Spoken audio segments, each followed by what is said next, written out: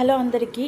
వారాహి అమ్మవారి 9వ రోజు పూజ అయితే చేసుకున్నానమాట నిన్న శుక్రవారం కావడంతో అమ్మవారికి అయితే ఉద్వాసన అయితే చెప్పుకోలేదు. ఉద్వాసన అంటే అమ్మవారికి 9 రోజులు పూజించుకున్నాం కదా, ఇంకా అమ్మవారికి చీర సారె పెట్టి, మన ఇంటికి వచ్చిన ముత్తైదువు కదా అమ్మవారి 9 రోజులు చీర సారె పెట్టి మనం అమ్మవారిని అయితే పంపించాలి కదా. ఇంకా ఈరోజు శుక్రవారం రోజు 9 రోజు రావడంతో నేనైతే నిన్న నార్మల్గానే పూజ చేసుకున్నాను. ఈరోజు అయితే నేను అమ్మవారికి ఉద్వాసన అయితే చెప్పుకున్నాను అనమాట.